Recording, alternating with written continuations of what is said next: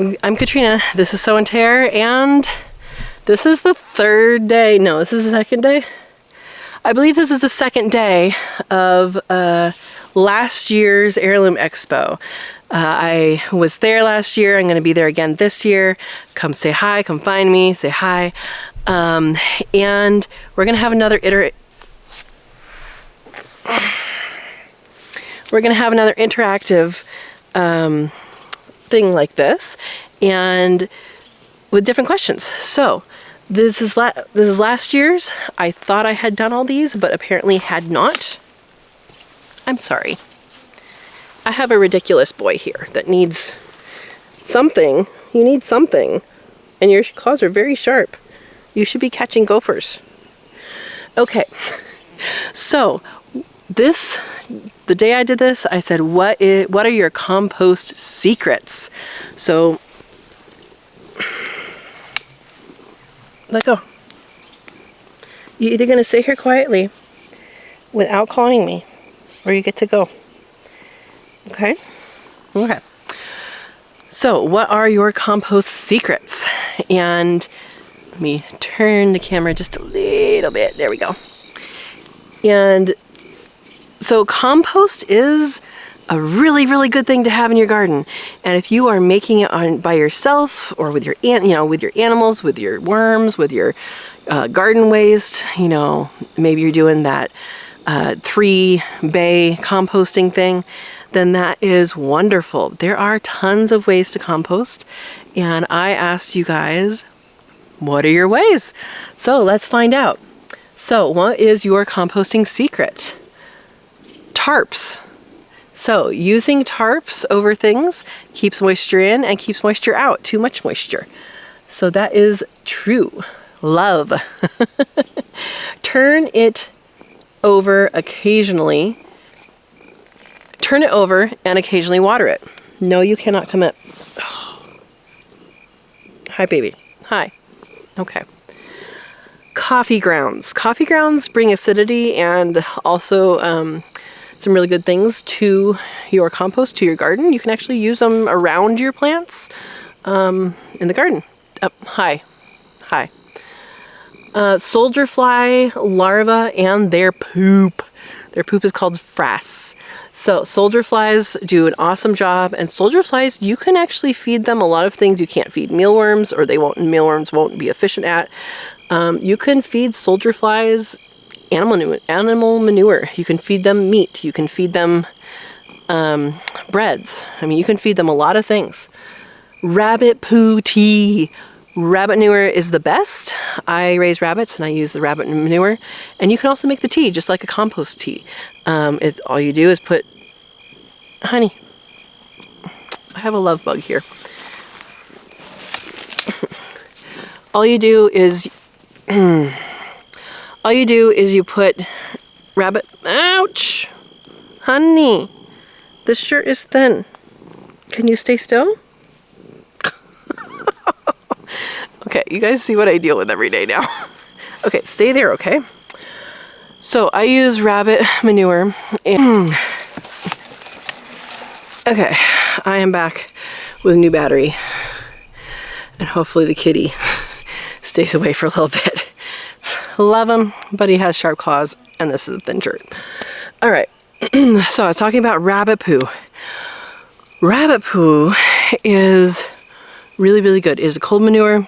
You can put it directly on your garden, and it doesn't even have to be composted first.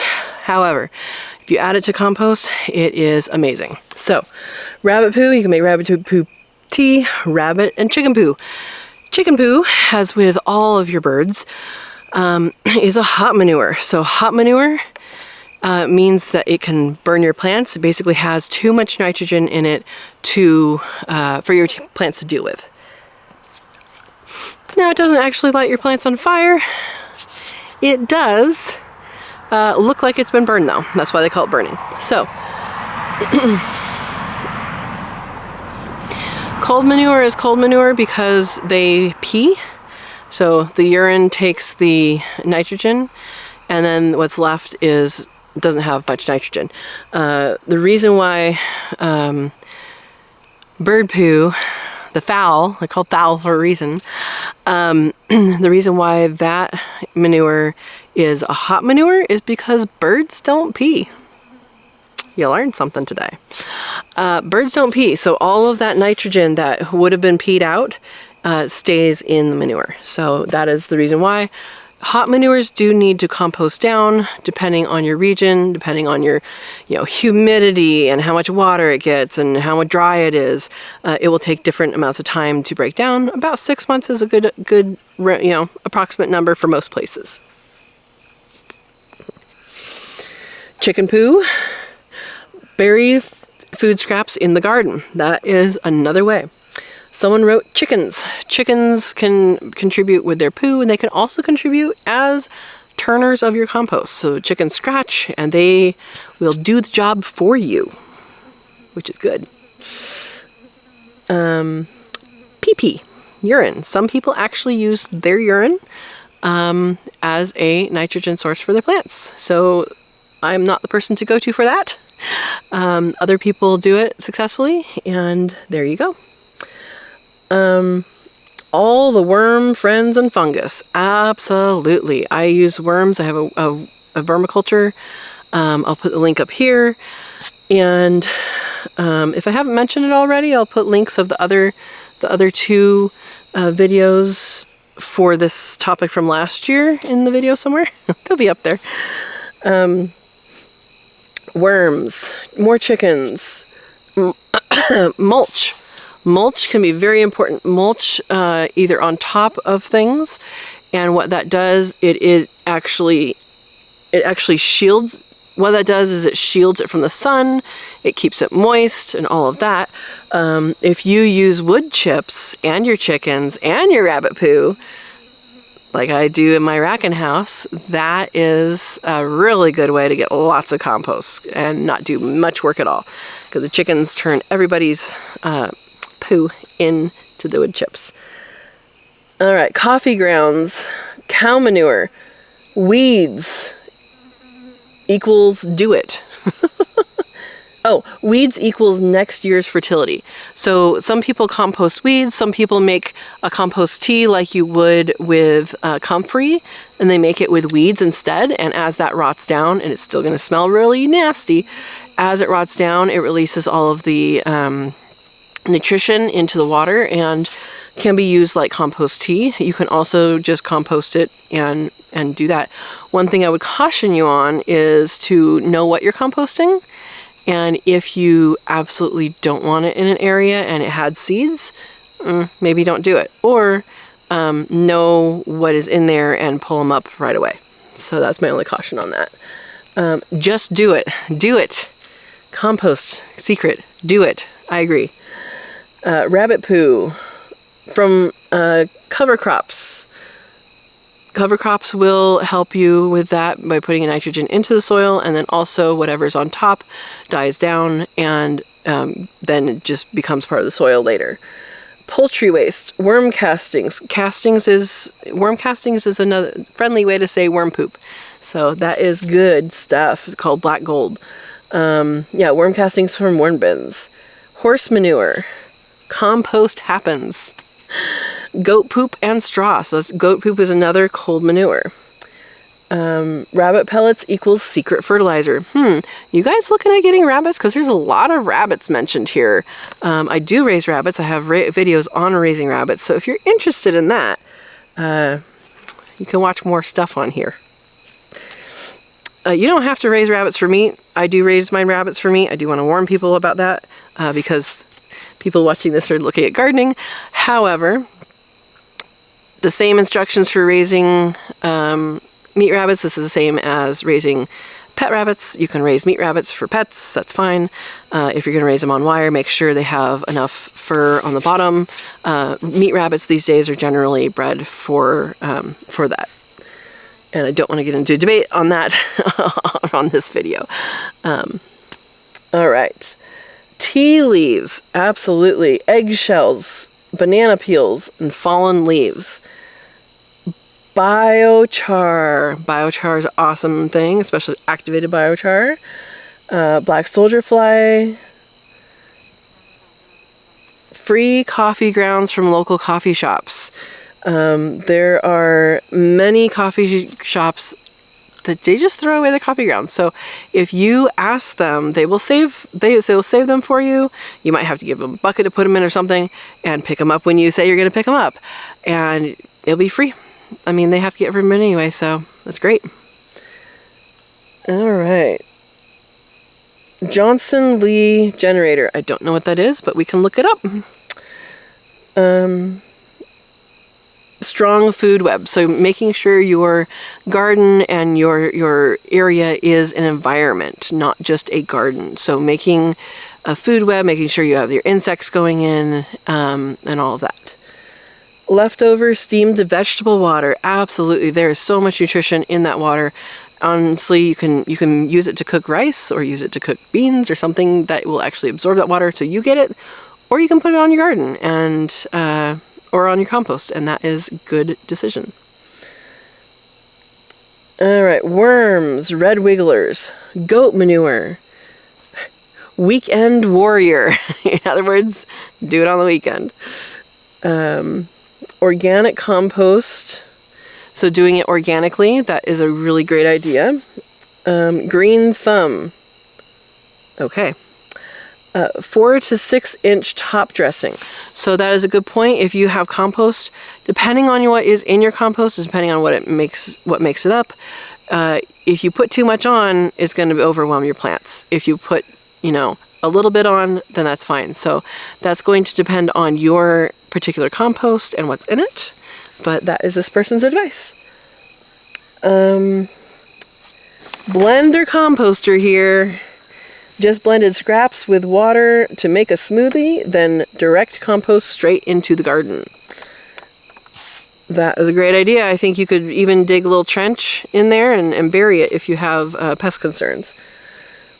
Blood, feathers, guts from...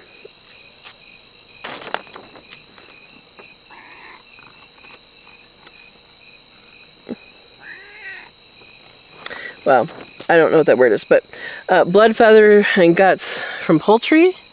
That is a great idea. Blood in the garden. People do buy blood meal, and that brings some nutrition. I have actually, when I have processed birds, like my quail, I mix that blood with water. I dilute it, and I can even water the green stalks with it. Now, green stalks does say only put water in there. Okay, I have done this and it has worked for me. So do what you feel is right. Humanure. So that is a touchy subject for some people. That is people's manure, and that is something you can look up on your own. From a composting toilet was the rest of the comment. Trial and error and observation. Absolutely. Trial and error observation is a really, really, really good thing to have your mind set on for anything in the garden. Anything. And it's awesome. You will know your own garden. Your garden will know you. And it will, you can tweak things as you go. And it'll be awesome. All right. More rabbit poo.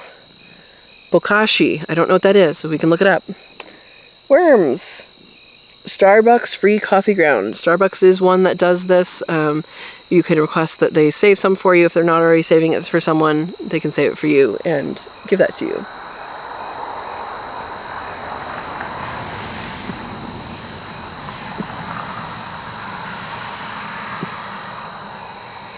Water. So watering your compost, that is dependent on how much moisture you have in there. Compost is going to be generally 50-50 browns to greens. Yes, there are actual ideal things, but in general, if you do that, you're going to get compost. Make sure that it is wet enough and it's not overly wet, which is what the tarps was about. Just bury it. That works. That works. Leaf mulch or cardboard, that also works.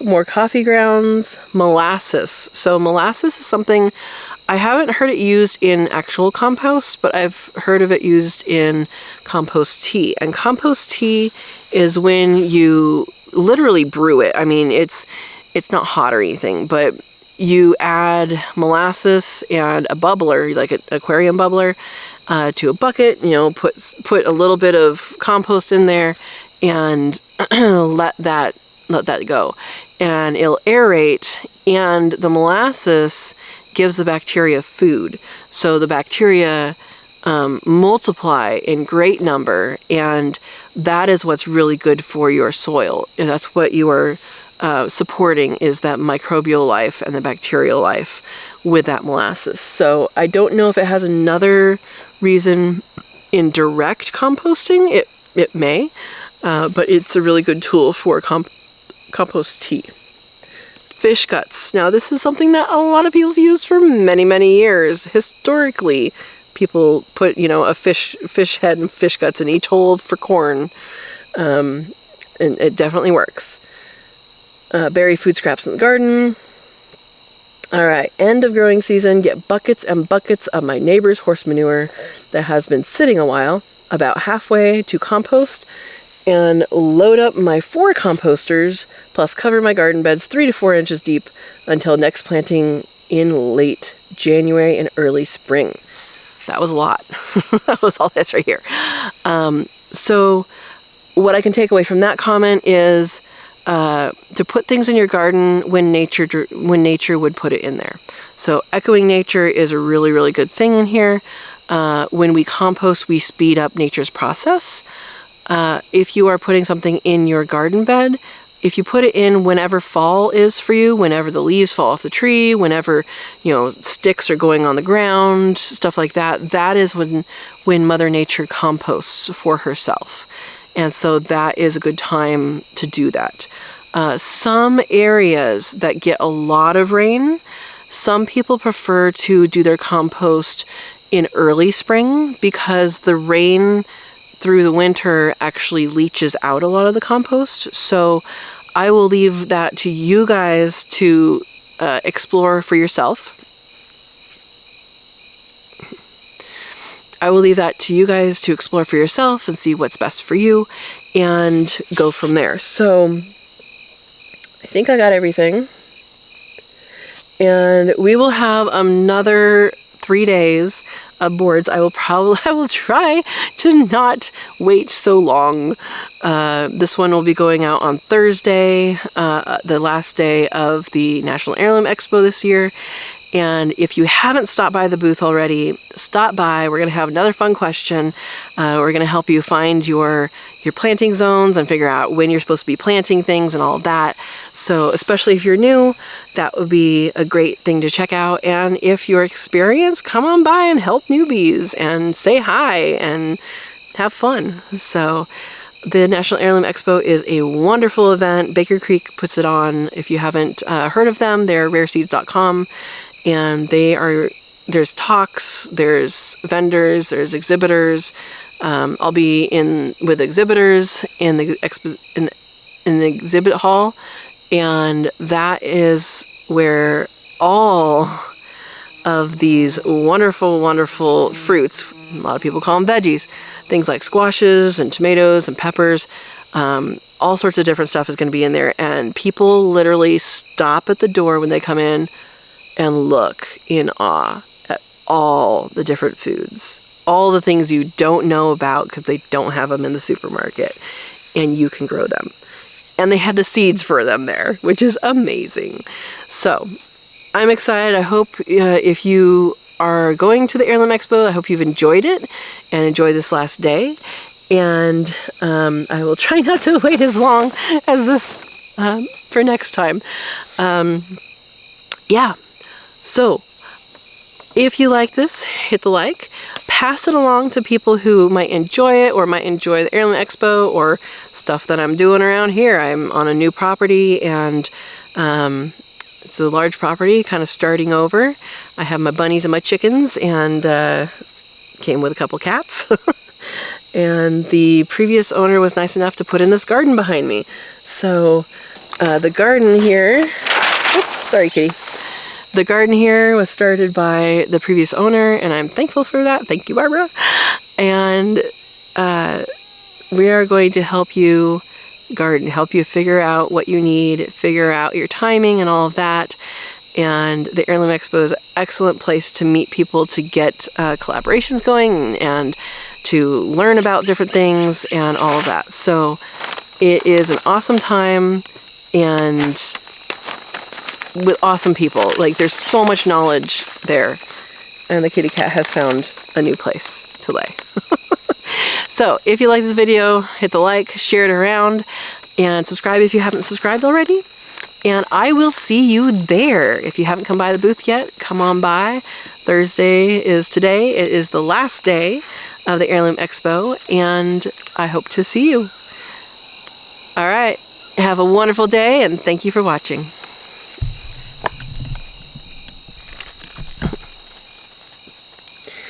You make compost too, huh? I caught you pooping in the garden today. Are you trying to grow your poops?